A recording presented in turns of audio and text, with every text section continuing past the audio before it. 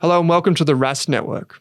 What you're about to hear and see is limited to general financial information only. Please be sure to speak to your financial planner or refer to our financial services guide available at rask.com.au/FSG before acting on the information. Hello and welcome to our Family Finance mini-series where we discuss the grey area of families and money. I'm Mitchell Sneddon from Rask Invest. I'm joined with my co-host Phoebe Kohler from InvestSmart. And today we're joined with Siobhan Ashby from Northeast Wealth. She's a fully qualified financial advisor who you've seen on the show before. And today we're going to chat about financially preparing to have a child, some of the costs to research, and kind of let you in on a few of our own experiences. And we'll start, I think, by saying, what was the most unexpected expense that you discovered when going down the path of having a child? You go first. Sure. Well, for me, all of a sudden we realised we needed a car. Yeah. Wow. So, yeah. So, well, it's not a big one. It's a Hyundai i30. So how far into the process did you realise that you needed to have a car? Pretty early on, because all of a sudden you get pregnant and things happen quickly and you think, geez, we need to go to baby bunting. The one-stop shop. Which happens to be all the way out in Reservoir here in Preston, I should say. Preston, yeah, yep. And then there was all the appointments that my partner had to go on. And then we just thought, geez, it's going to be pretty inconvenient having a capsule on the tram. The number 96, not fantastic for that. We had to go out and of course that came out of our home deposit budget. That's where that came from. Mine's a tricky one. I spent $100,000 on trying to get pregnant. We had to do IVF and it took a really long time. So we didn't expect it. We thought we'd spend 20 and we didn't. And again, it had to come out of the big money. So we got our baby who we love and who's 3.5, but she spent her inheritance on the way in. And so did you come at that with having a preset budget in mind, thinking, look, we'll $20,000 or we'll spend up to X, and then the emotions just kept on getting in the way when you hit that limit? Or did you say we will spend what we have to? Well, you start, don't you? You start with all the best intentions, thinking that it's not gonna cost everything you have, but then you're $20,000 in and you think, I don't think I want to stop actually, because if I stop, it probably won't happen. And we already spent all this money, so we might as well keep going. And I think that happens to a lot of people. I think you just keep going, and going until you get it. And look, we're very happy to be where we are. But financially, it really was a big crater. Like, it was a big change. We had to really pivot, and it changed certainly the way it certainly changed how we thought where we thought we would be in our mid-40s.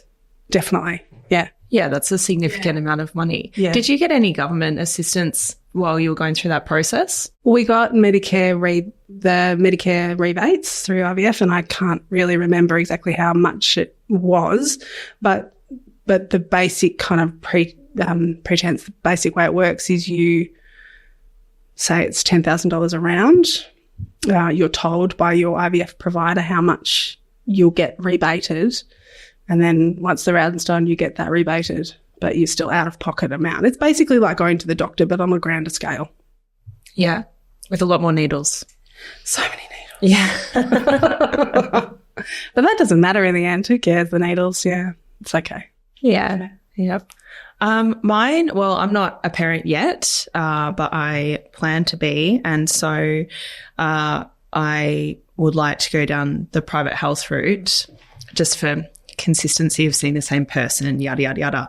But what shocked me was that you have to, so you pay for the private health and you have to have the highest level of cover if you want birth included in that. And you think that that's all it's going to be because it's like $330 a month. So and you have to have that as a 12-month waiting period before you're due to have the baby. So paying a lot of money.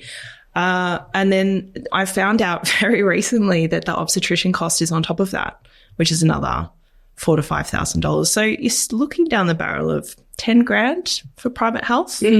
So, that really shocked me. And that's before shocking. That's before you get on to developing your spreadsheet for all the little items you think you need. I have girlfriends who are mums already. I'm the younger one in my social group, and I have multiple girlfriends that are either pregnant or have recently had a baby that are like, I'll send you my spreadsheet.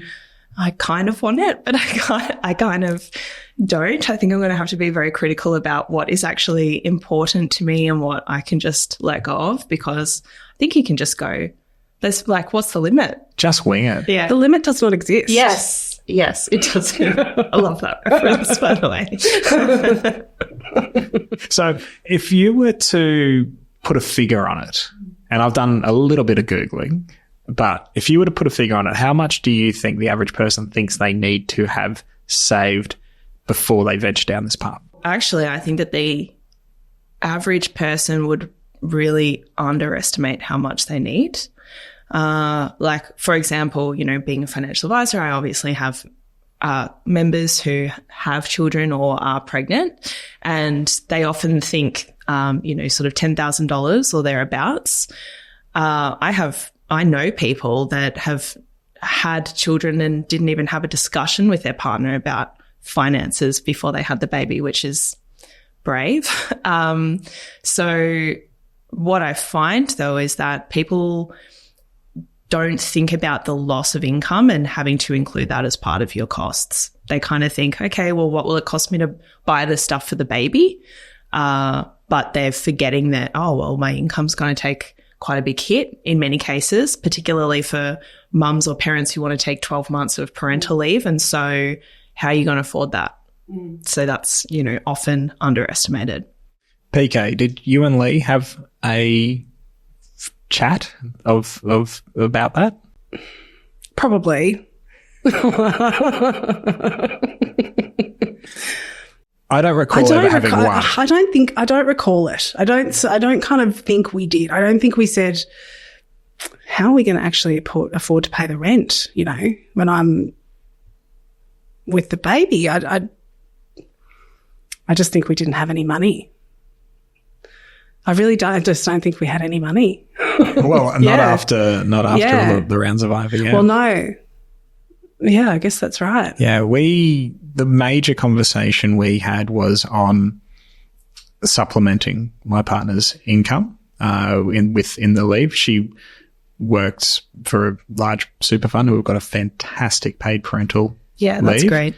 And then was able to roll off that and onto the government one. And then when she was in the government one, she's going to hate me for saying because she set aside all the money. She's a fantastic saver, much better than I am. When she got pregnant, her lifestyle certainly changed. Mine didn't, not for 9 months.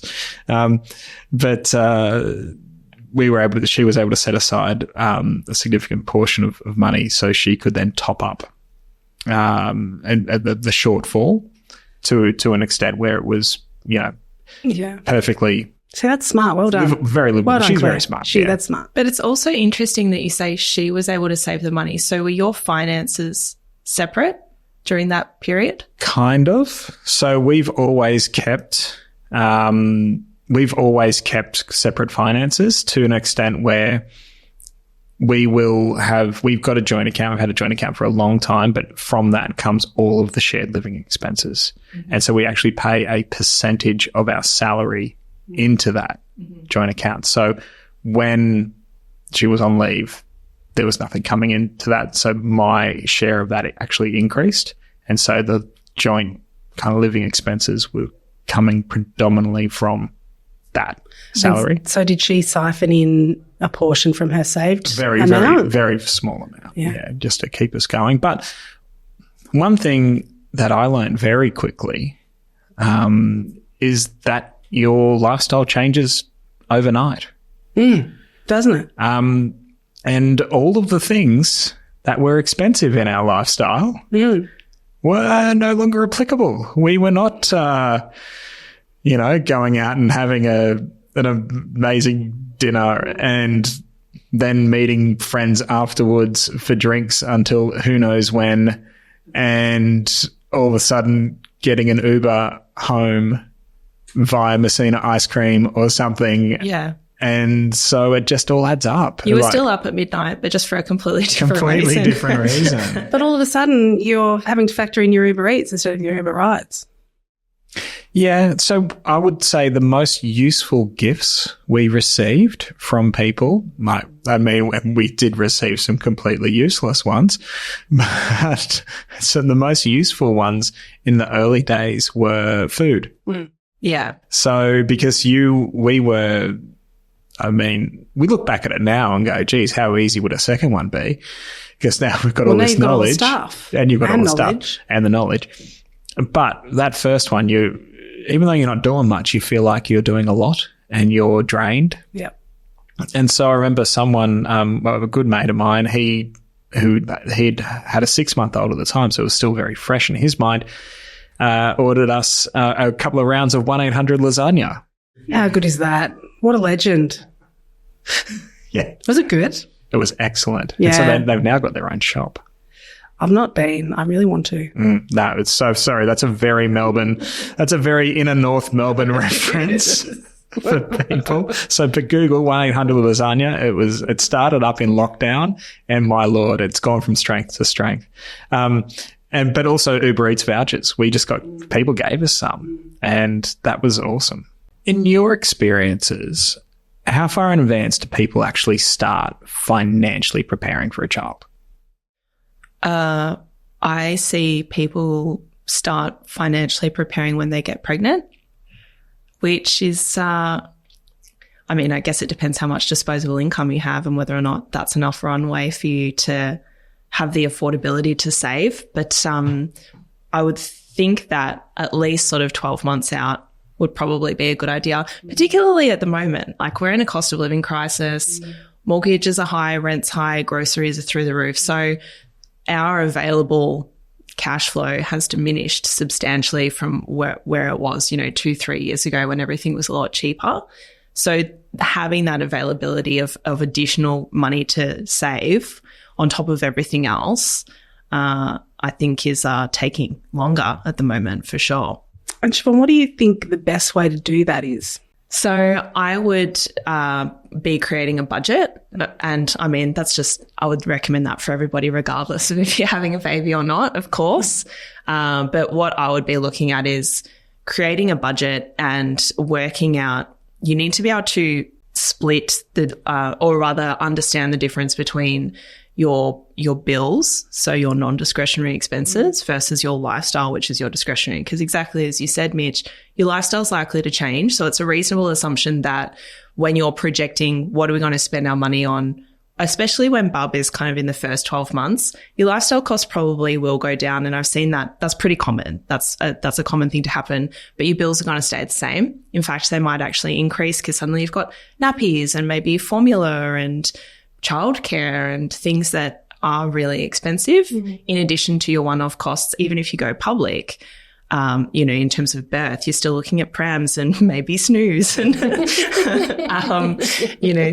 things that parents spend their money on that cost a lot of money. So there's kind of the upfront outputs to fill your nursery and get the stuff that you need. And then there's the changes to ongoing. So yes, set the budget up first so that you can understand what has room to change and what's likely to reduce, and what your expenses will definitely be regardless.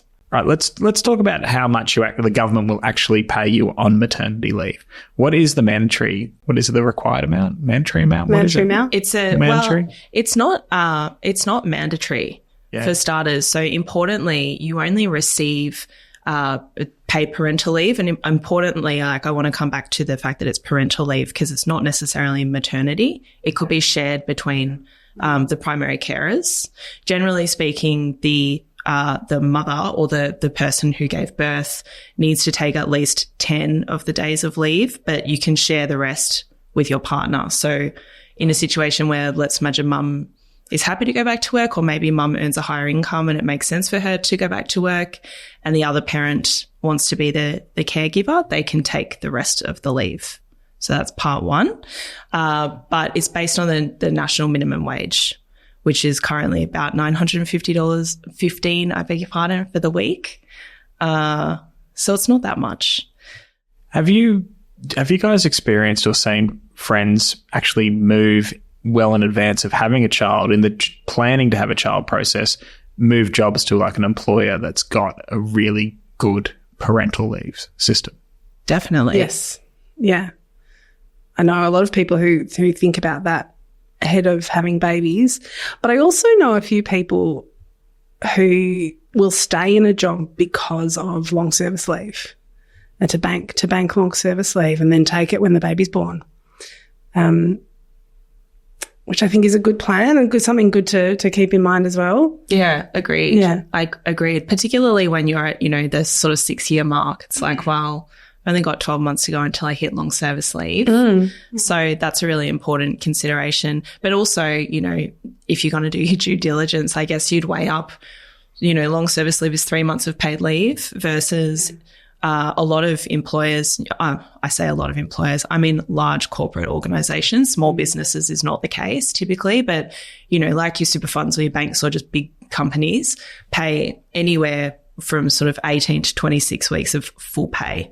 So it's huge. 26 weeks of full pay is massive. It's huge. Yeah. So I think that's actually, if you were going to be planning for a child and you knew that was something that was coming up for you in the next sort of 12 to 24 months, or you'd like it to be something that comes up, where you're working at the time is critically important as part of that consideration, because that can actually it can be the difference between mums or parents getting to take that 12 months and look after Bub and enjoy that time versus Bub is 3 months old and you have to go back to work because you can't afford not to, and you're sort of not ready, and then you've got to pay for childcare and all those sorts of things that, you might be forced into that position that you don't really want to be in.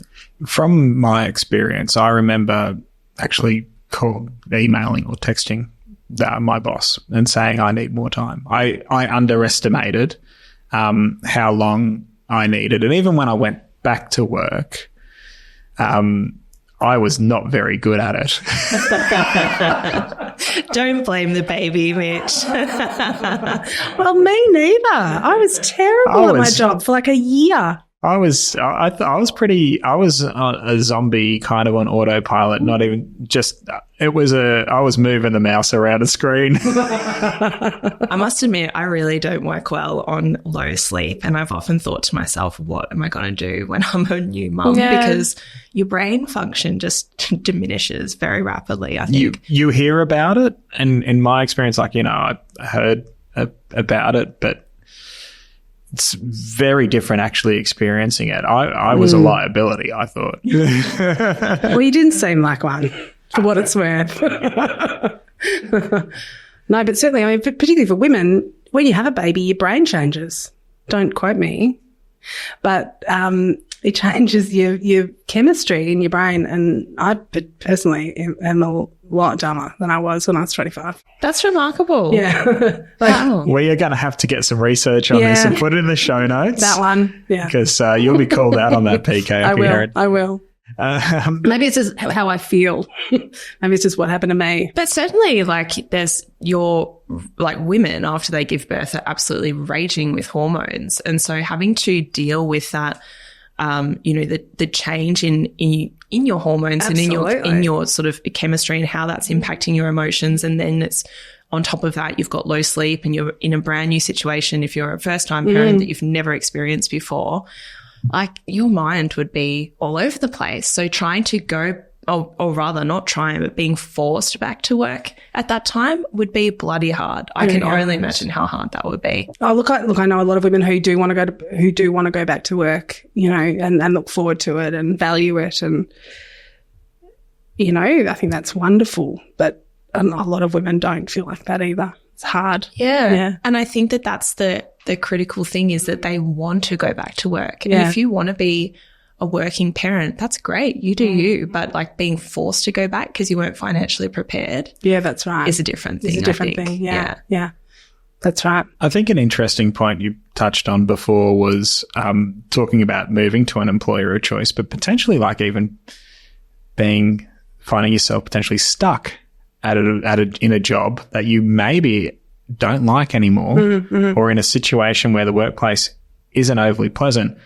However, or even just declining career opportunities because someone's got a really good parental leave system. I think that probably happens a lot as well. Yeah, I'm sure it would. That's why Gen Z what have they coined? Quiet quitting or something. I'm not saying I recommend that, but it's a thing. It is a thing, quiet quitting. So, Siobhan, if you were to give us, from your financial planning perspective, a checklist of things to ensure that you've thought about or you're comfortable with in the lead up financially in the preparation for having a baby, what would your top 3 or 4 things to discuss as a household would be? Ooh, okay. Let's have a think. So first of all, a really obvious one is, what sort of birth experience do you want to have? Because if you want to go public, that's cool. Like, we're fortunate to have an excellent public health system in Australia. But if you want to go private, you need to be financially prepared for that. And you also need to be prepared in a time sense, because you do have to have that cover. There's a 12-month waiting period before you give birth to be eligible. So don't go getting it 9 months out, because you'll get to your birth time and realize you're not eligible and you just wasted your money. So that's something to be mindful of. That's a hot tip. Yeah. So that's part one, is what sort of birthing experience do you want to have? Something I'd definitely be talking about if you're a member of a couple and you're going into having a child is, what kind of working parents do we want to be? What are our expectations? What do you want your career to look like? What do I want mine to look like? Because no one parent is more important than the other. You have to work together as a team to figure out, how is this going to suit you? How's it going to suit me? I've known of families who unfortunately have not had those conversations, and then mum's a higher income earner and she's not ready to go back to work, and she's forced to because they didn't have those conversations and they didn't financially prepare. So I'd also be looking at, how can we strip away some of our discretionary expenses? What are the things that we can reduce? Because it's not easy just to come up with additional savings at the moment. So I'd be looking at, how can we sacrifice some of our expenses now so that we can save and be more prepared? And then, of course, I'd be thinking about, what kind of job am I in? Where am I working right now? What are their parental leave availability, or what is their parental leave availability? And, what will I get paid and how will I afford that? Because you really need to be forecasting. Okay, well, let's take me, for example. I would love to take 12 months off when I have a baby and just enjoy that time and recover and et cetera. So I really have to think about that and plan for that now, because that's 12 months of no income, given that I work at a small business.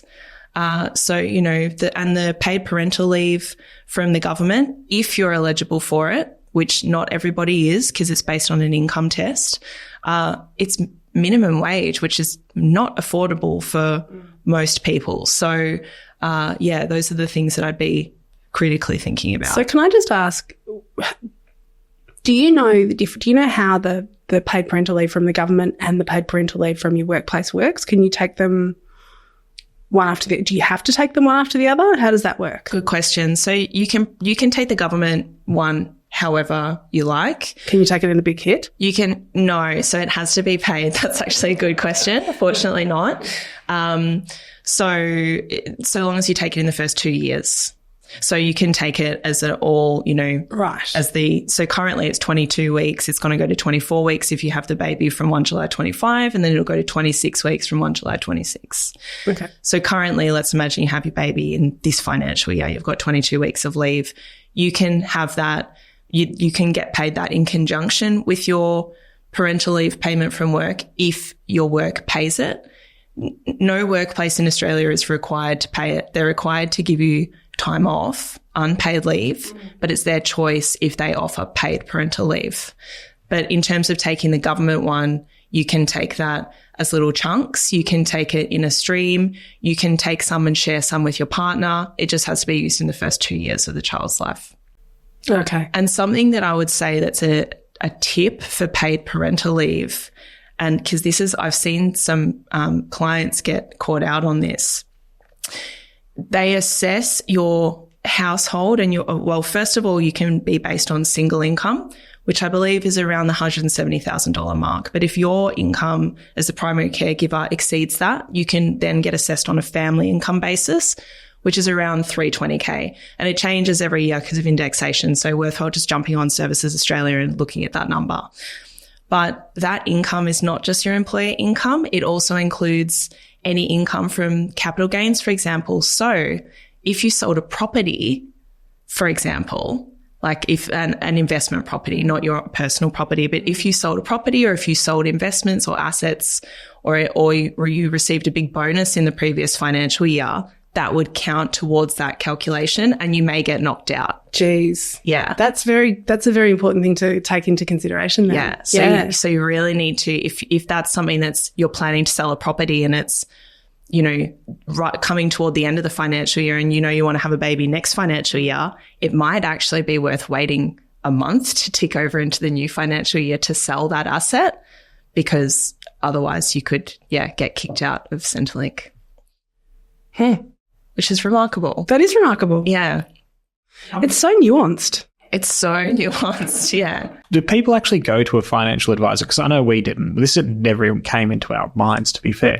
Go to a financial advisor, say, we're planning to have a baby in the next 12 to 24 months or by this age. Let's map out a roadmap. And could they get that as, I'll say, a one-off piece of advice? Because it's certainly not something that's going to be ongoing.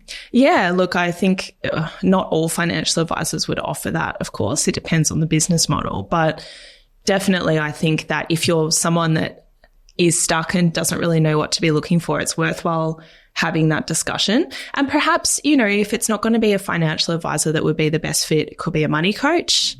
But I think definitely seek help if that's something that you can't sort of work out on your own, because there are absolutely professionals available that would be willing to help you with that. And, financial advisors, I know certainly can do financial modeling, for example. So you can plug in different scenarios and say, let's imagine you might consider a new workplace that had a paid parental leave. We could say, okay, what's your current versus this option?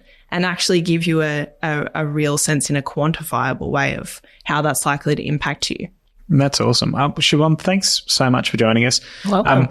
There is a big, hairy subject of the cost of childcare that we haven't dived into. It came up briefly on on a few occasions here, but we're setting a whole episode aside for that. So join us next time, guys, for that episode. Thanks, Siobhan. You're welcome. Thank you. Thanks, Siobhan. It was really nice to talk to you. Thanks for watching this video on the Rask Network.